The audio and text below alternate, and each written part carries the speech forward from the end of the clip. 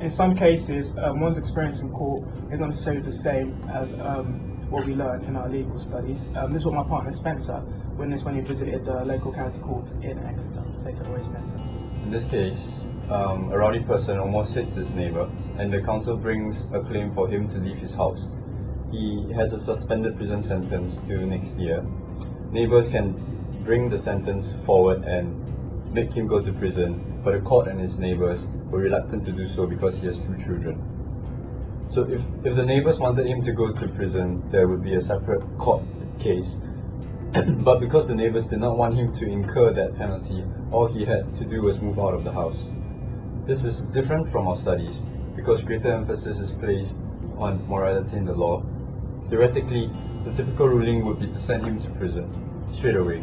However, ultimately the law considers the context of situations. In other instances, the rulings are closely related and are based on the very foundations of law, such as the case I saw during my mini pupillage. The appellant claimed that he had not been given effective receipt in writing concerning the terms of some form of contract. The final decision rested on what it means to be given a document. While the prosecution argued that it's when a document is shown, the defence advocated that it's only when a copy is received. So the way the situation was dealt with, taking into account the complexity of the arguments presented, made me admire law as a profession. I observed it all as the judge listened attentively and remained calm in spite of the increasing pressure from both sides. Eventually, a range of skills, particularly information gathering, analysis and critical thinking, were applied to come to a precise conclusion. These skills are adopted on a daily basis during our study of law. Lecturers exhibit this in their presentations and we adopt this during our workshops and interaction with our peers. We're going to speak about the ethical issues we face when we went to court. So for every court case, the judge is unbiased and has no personal interest in the case being shown, and all people who come to court are treated equally, and there's no discrimination due to gender, ethnicity or age.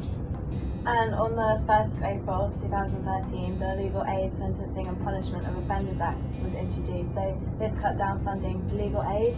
So now there's means fewer people now have access to free legal resources, and there's research that suggests that litigants in person are more likely to have lower incomes and less educational background, and then this can be a disadvantage for them, and we observe this in court.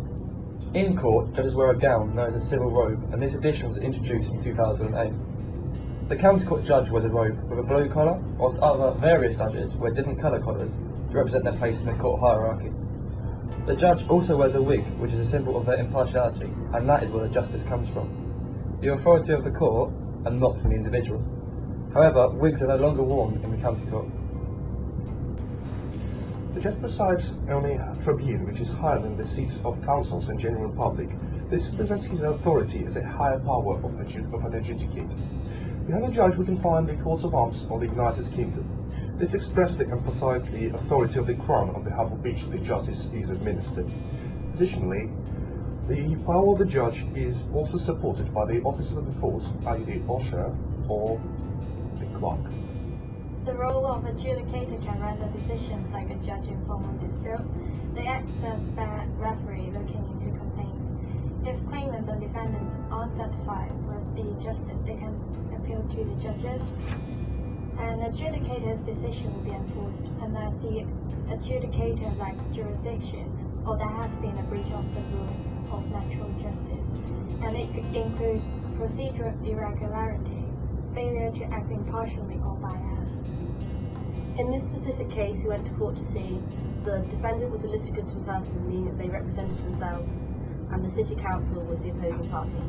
So they had a lawyer, a paid lawyer, which represented them. The case I have observed in the county court was a case regarding an injunction, which is a court order by which an individual is required to perform or is restrained from performing a particular act. An injunction commands an act that the court regards as essential to justice, or prohibits an act that is deemed contrary to good conscience. In the case I've observed, it is to prohibit Mr. Lewis from mistreating his neighbours by using foul or abusive language towards them, or to treat them violently when he gets drunk.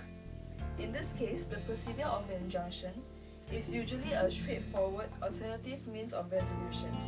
However, the claimants understand the circumstances the defendant Mr. Lewis was in and does not want to see him go to prison, as he will potentially be homeless, as he's currently living with his grandparents and is living in a council home with 2 children who need care.